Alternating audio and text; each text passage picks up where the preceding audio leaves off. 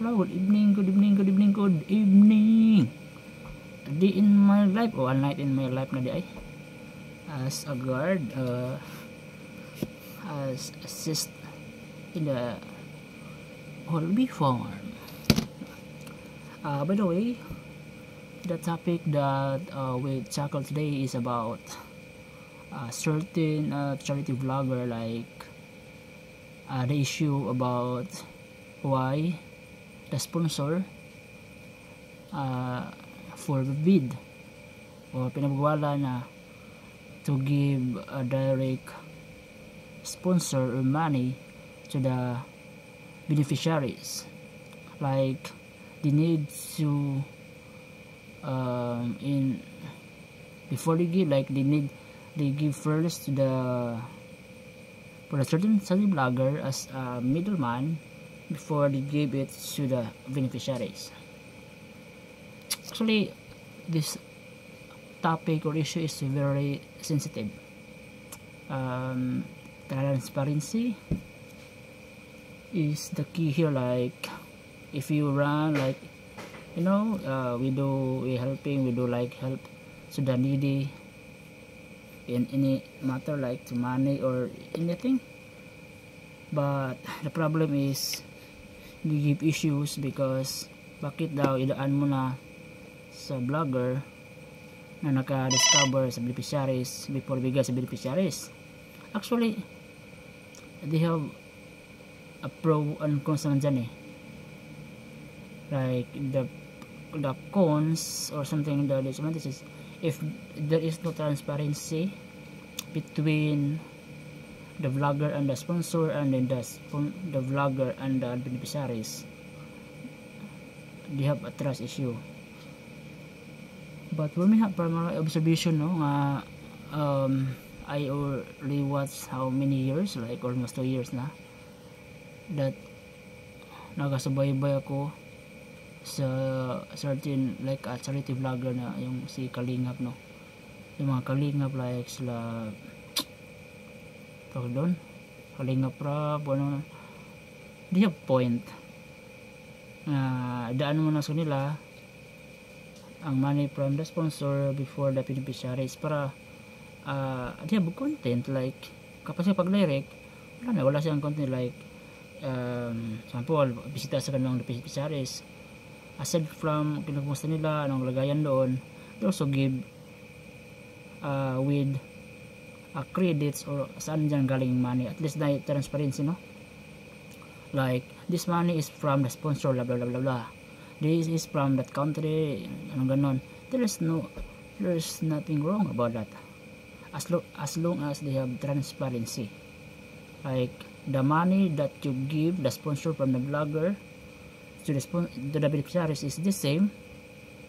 So aside from like certain fees for like transactional fees, but at least malapit lang po doon, like example from bank to bank, no? Like bank to bank ba or through Palawan ba, may mga certain fees naman po yan.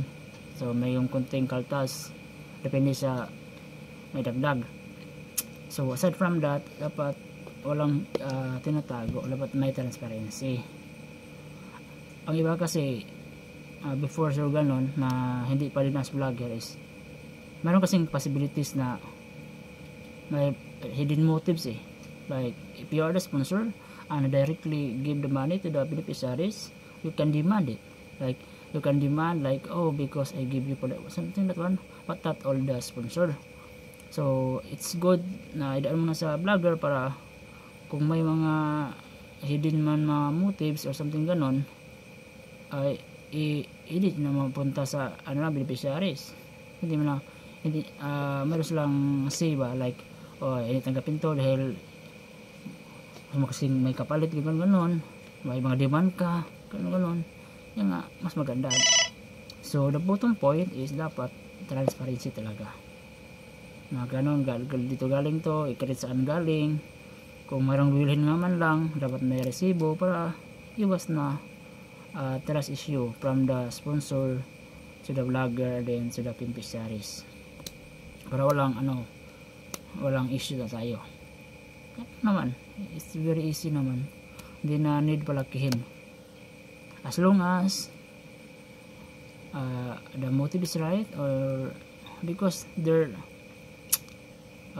legacy or the city vloggers good, as long as naka-benefits po yung mga beneficiaries, hindi po lang sariling interest po ng nagsasality vlog. Dapat pinagmainam, dapat talaga hindi lang dahil ikaw yung medium, ikaw yung ginamit, mag-demand ka na, like you arrogant ka na. Dapat hindi ganun. Dapat humble always. Humble, sacrifice, kasi you enter that certain charity vlog not just to earn money, di ba?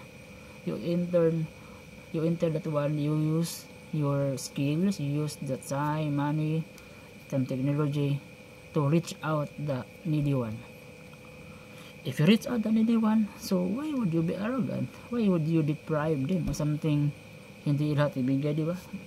Kasi mag-thankful lang naman yung mga beneficiaries na you are the middle man or something, yung ginagamit.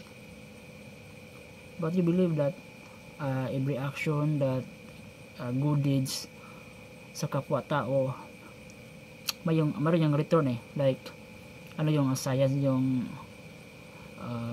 the law of action and reaction. If you do good, it's result good, as long as you're not only doing that one just for the return, but you're doing that one because you are concerned to that certain people, or you are sympathizing their situation. So you are doing that one. So I'm very happy, I'm very proud to that charity vlogger na they use their time, their effort to reach out, to give hope, to give assistance to the people who need assistance.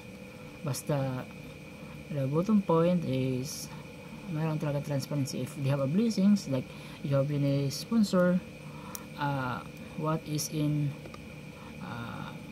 beneficiary na kailang sa kanila talaga from the sponsor, dapat ibigay, hindi po labat ninyong transparency.